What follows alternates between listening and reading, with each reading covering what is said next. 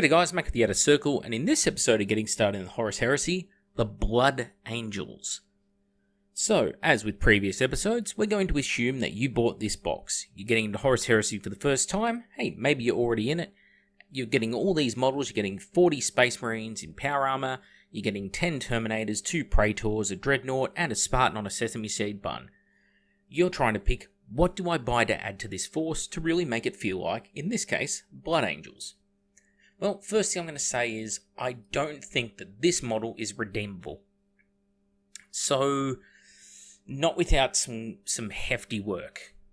And that hefty work is going to include things like a shield to try and cover up some of his very chunky body, but the aesthetics of the model is just very far removed from the rest of the Blood Angels range, and I think it's just best put on eBay and sold off to make some money back, or put aside for a different project. Now, the other model, he's actually alright. What I think we need to do, though, we could just run this model as it is. I think this is one of the few times where that sword is going to work pretty well. That would work on a Blood Angel. But we need to modify it. Now, before we get to that step, what do you need to play Blood Angels? Well, you're going to need the Liber Astartes Loyalist Army Book. This one's going to have all the rules for Blood Angels, be they Traitor, be they Loyalist. They're all in here because really, Blood Angels are all pretty damn loyal.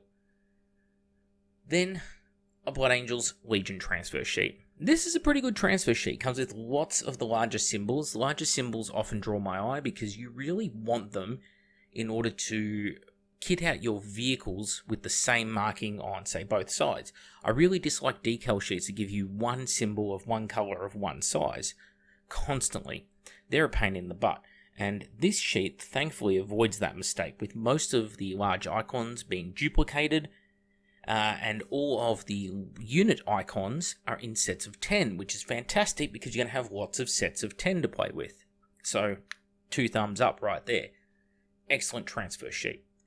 So, first upgrade you're going to come across is the Blood Angels upgrade pack here. Now, the helmets that are Mark 7, if you cut the bottom of the mouth away just a little bit, they look exactly like a Sarum pattern helmet. The Sarum pattern helmet is a very common Mark IV modification in Horus Heresy. So you can use that.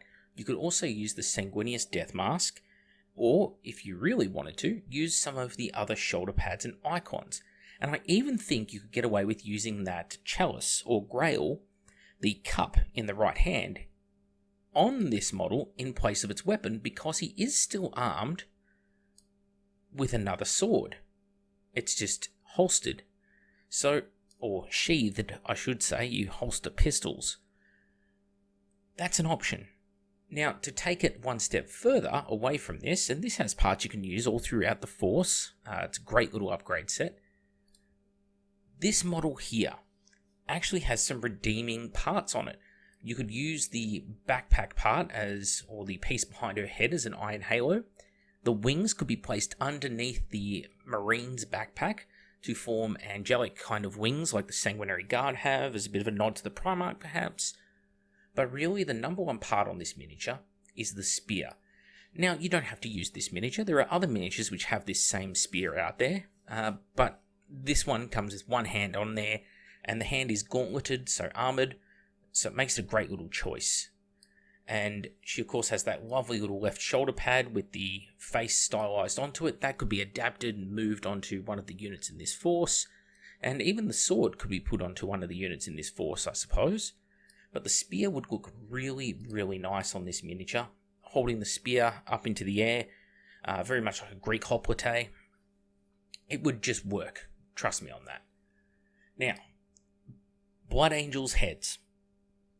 These are actually a pretty good choice. They're obviously Mark IV helmets, but hey, we've seen with the Sons of Horus and the Imperial Fists Mark VI, wink wink, upgrades, they'll just make whatever helmet looks nice on the miniature, and I'm totally fine with that as well.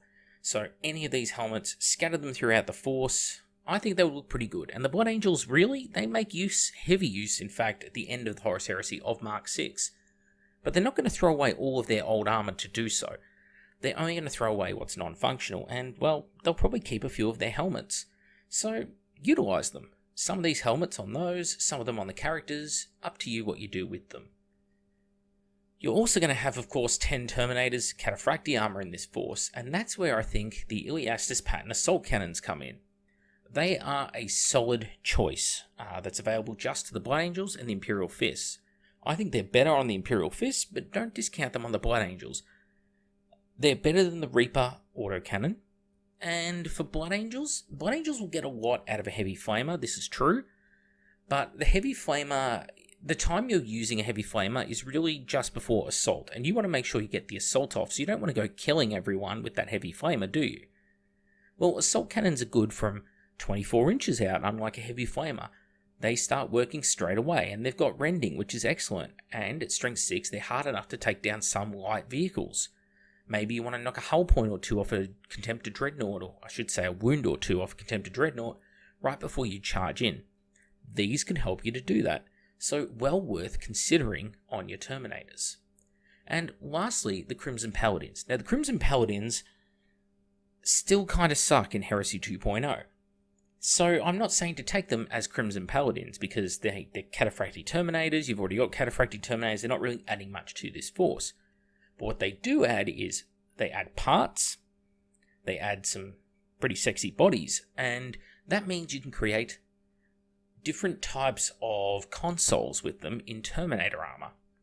And the shields, well, you could put those shields on even your power armored characters, such as this guy, or even this guy, because they don't have to count as the Crimson Paladin type shield. They can count as a boarding shield or a combat shield. They're very highly stylized and no one's going to complain about it. So consider that as another viable option or alternative that you can do with this force. And you could even take some of these parts and put them on, say, the Squad Sergeant in the Terminators, for instance. Utilize some of their helmets. Basically, I'm saying use these models as bits. And again, don't feel like you have to go out and buy this whole set, because you can often find parts of these Terminators or whole singular ones for sale on eBay, because people part out a lot of miniatures from Forge World. They'll take them and then they'll say, you know, legs for $2.50, arms for $8, whatever it might be, and they farm out all the bits, because not everyone wants to buy whole models, and this is a great instance not to. So that's really it for me. Blood Angels, they will benefit heavily from future videos, but right now, this is where it ends. So I'm back with the Outer Circle. Thank you all for watching. The next video, of course, is on the Iron Hands. It'll be straight after this one. Well, a few minutes after this one. Anyway, I will catch you all then.